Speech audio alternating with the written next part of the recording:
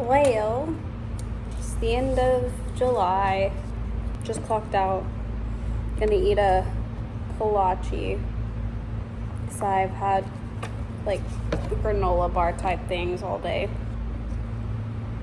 So, I'm not gonna give all the details, but we are happy today.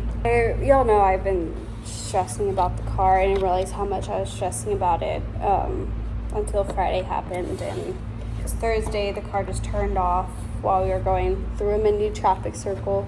That stressed me out because it's progressively getting worse, and then it just all like kind of hit Friday.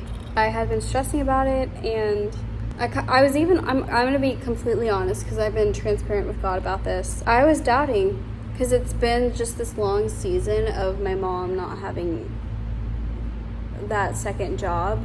And when this has happened before, God provided a job within a few months. I mean, it was a summer, but it was quick.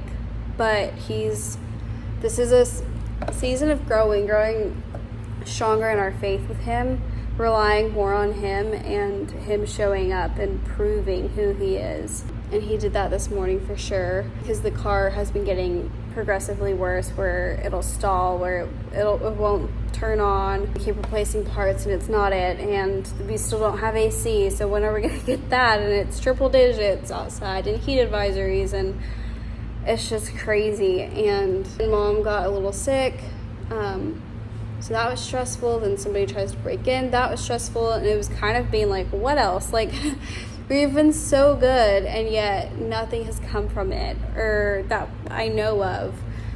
There's not immediate results, and we are so impatient, and we are so fickle humans, and we limit God because we are limited, but He is not limited. And just because we don't see results immediately doesn't mean He's not working. It doesn't mean that He's not doing something. It's Him, not the process. And I saw the live that The Chosen did Sunday night, and Dallas mentioned how doing the action is a lot harder than the end results. Like, nobody enjoys the process of anything, of creating, of growing. They just want the end result, and it's so true. We want the end result immediately instead of actually working and going through the trial for it. And his dad said, his dad's a writer apparently, and he said, I don't enjoy writing. I enjoy having been, I forgot how I worded it, but having written. Yeah. I don't enjoy the writing, but I do enjoy having been written. Having written. Yeah. You get the point. But basically, it's the struggle is not fun. The labor is not fun, but the end result makes it so worth it. And so we, as Christians, have that hope of going through the struggles, going through the trials, because we have hope at the end. We have Jesus at the end. We have Him throughout it. And the growth we achieve, the blessings we get out of it, are so worth it. And especially towards the end of life, it's so worth it because it's eternal life we earn. My country action came out there.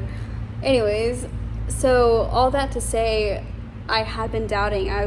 They even showed in the live this lady who they moved for God across the country or something like that. They were building something to help missionaries, ex-missionaries and pastors and stuff, and they did all these things for God, and all of a sudden, I think they lost their son. One got sick.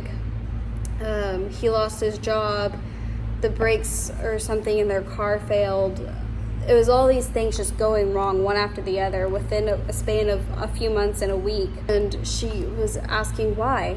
Why is this happening? And she was doing all these things for God, watching everybody else get the blessings, getting financial help, being able to afford vacations and stuff, and they were struggling just to make ends meet. And they're looking at a bank notice and with overdraft, and they're right in front of them. And so it was hard to be happy and trust the process. And she was reading her Bible study and not getting anything out of it, not feeling God around her. And but yet other people were, and she didn't understand. Oh, and she had a miscarry of her 4th child. So she was trying to deal with that too. And of course she watched The Chosen, the season 3, which is perfect for that. And she realized God is there.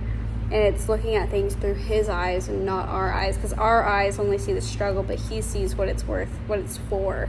And so that resonated with me, because I was just like, I was already asking why. We've done all this stuff and yet there's nothing. Like, yeah, he's been fixing small parts, but this car is getting worse. We're still struggling financially, and it just doesn't make sense. And I even was like, I don't feel the love. I don't feel you. Even though I know you're there, I know you're doing something, but I don't understand. And we don't have to understand. We just have to trust, and that's what he's doing, is he's stretching our faith muscle. So this morning I was doing Bible study and my mom came in, and she was like, I just got off of the phone with so-and-so, and he heard about the food pantry, how we're struggling to feed all these people because the amount of people has increased. The economy is just so bad. COVID restrictions lifted, so there's not that government help that some people are getting, and it's just getting so hard to buy groceries, which is true. What used to be a $40 something is now almost $200 just to get groceries. So it is getting bad, and it's low income people, and even people who are making it or whatever are now struggling. And so there's an influx of people, big families, that are coming in needing food help and hygiene and stuff like that. And my mom was looking, and she's like, I know I think I'm over budget, but I just don't know, but these people need to be fed. I don't know how it's going to happen. And she just kept praying that maybe she could send out something for the church so the church can donate stuff, and I think she still might. But we had one volunteer who said it's been on her heart to help. She feels like God is leading her, but she still has to ask permission financially from her husband to see if they can afford this. But then word got around to this guy, and he was like, I will help $1,000 worth of groceries. You just tell me what you need, and I'll send you a check. And she was like, that's great. I just don't have the car space. Our car is small. And he was like, okay, I'll buy it. Like, don't worry. Like, send me a list. I'll go out. I'll get it. I'll take it over there. Just have somebody to help unload it or something. So that was a huge blessing. And already I was getting teary-eyed, and here I go again. And then he went further and said, I heard you were having AC problems. I want to pay for it. Whatever it is, I want to pay for it, because y'all need AC. And like, oh, I mean, we do have AC problems. And she was like, that's been on the back burner because we were trying to fix some other problems with the car. And he was like, well, what's going on? So she told him how we've been buying parts and trying to get it fixed. And her Theo, her uncle, has been helping with that, like putting the parts in and stuff. So we just buy the parts, and the car is stalling. It won't turn on, and every single time we think it's a part, it's not. But we're finally thinking it's CO2 sensors and the catalyst converter. And she was like, Gabby bought the O2 sensors, but we just don't know how we're going to afford the other part, which is a lot more expensive. And he was like, okay, I'll get it. He's like, if that's what's most important, I want to buy whatever's most important. He was like, just send me how much, I can write y'all a check, whatever. But I'm feeling God telling me to help y'all with that. And it was so weird because it's not like we're walking around church just blabbing about this. But I think he heard about the AC, and God provided. And it's so funny because every single time I prayed about it, I was like, Lord, I can't afford this. Mom can't afford this. How are we going to do this? Like, the thought popped in, wouldn't it be cool if somebody found out and they, like, we broke down and they were like, oh, I can afford that, or, oh, I got you, or I have this spare part that happens to fit your car. And I was like, no, that's ridiculous. Like, why would that happen? Like, why would somebody just randomly pay for, like, a part like that? And here we are.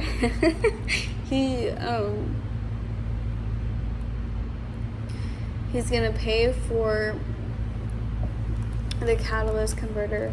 I think that's what it's called. So now the prayer is that the car will stay on, will turn on, until we get those parts and get it fixed. And my mom's deal is really up to helping to get it put in as soon as we get the parts.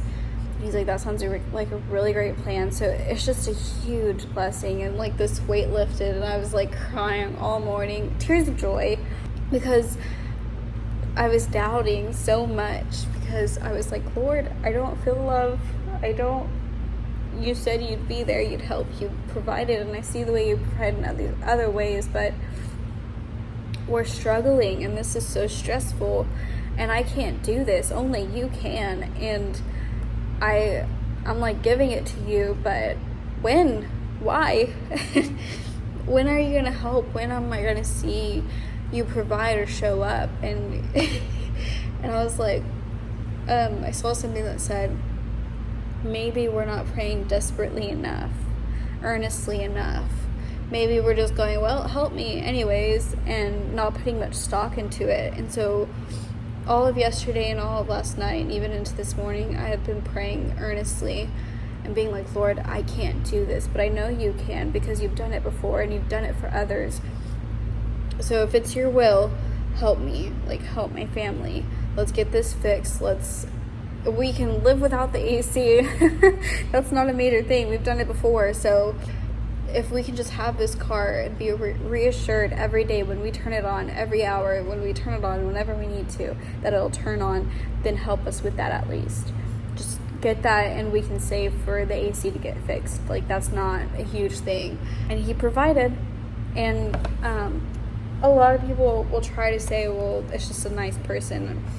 It's just somebody being generous with their money.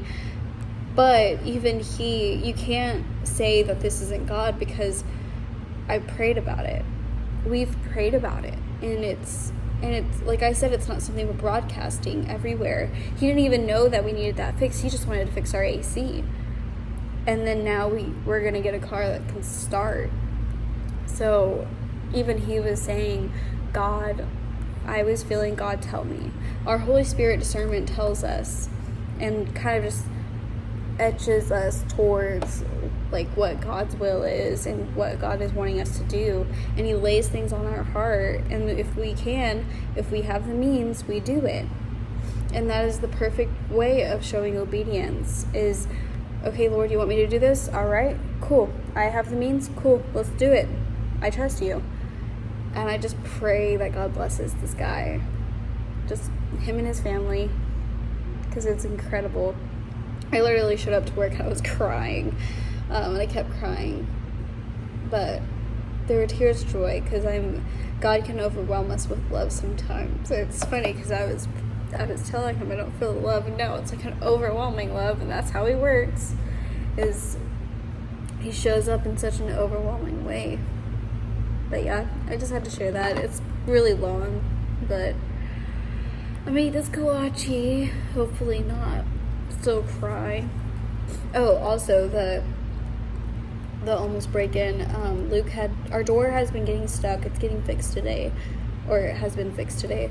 But it just, with the shifting ground, it's harder to open and close. And so we have to like yank on it to open it and like really push it to close it. It was Saturday night, or Friday night. This was like what added to the stress, or like the trauma. Luke had just taken Kylo out. He came in, closed the door.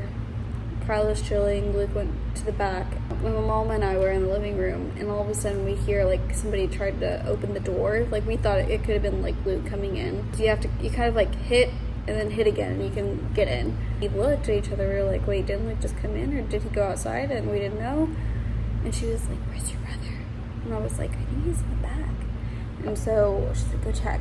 So I start walking that way, but real quick I look, and there's nobody there. But of course I was like, they could have ducked down, they could have taken off, because we have little jingle bells on the door for Kylo to tell us when he needs to go to the restroom. But you have to like hit it in order for them to ring. Like, this couldn't have been like somebody's door rattled, like slamming their door rattled our door, because it's like you have to physically move it in order for our bells to ring.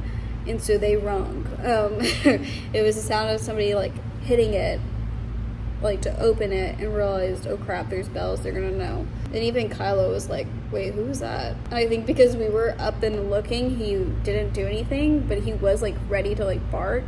But yeah, so I went to the back. Luke was in the bathroom, and he's like, what? And so I looked under there. We have a little crack under our door. I looked, and there was nobody there, but we think they just took off. They heard the bells and just took off. The night before, we had somebody watch Luke walk all the way up to our door, because he looked back once he was like about to open the door, and they were still watching him.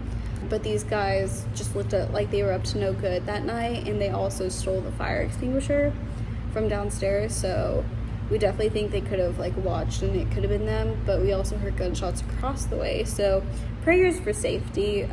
For some reason in our neighborhood, stuff like that is just increasing, and we don't know why. But yeah. But anyways, I'll turn this off before it becomes 30 minutes of me talking. See ya.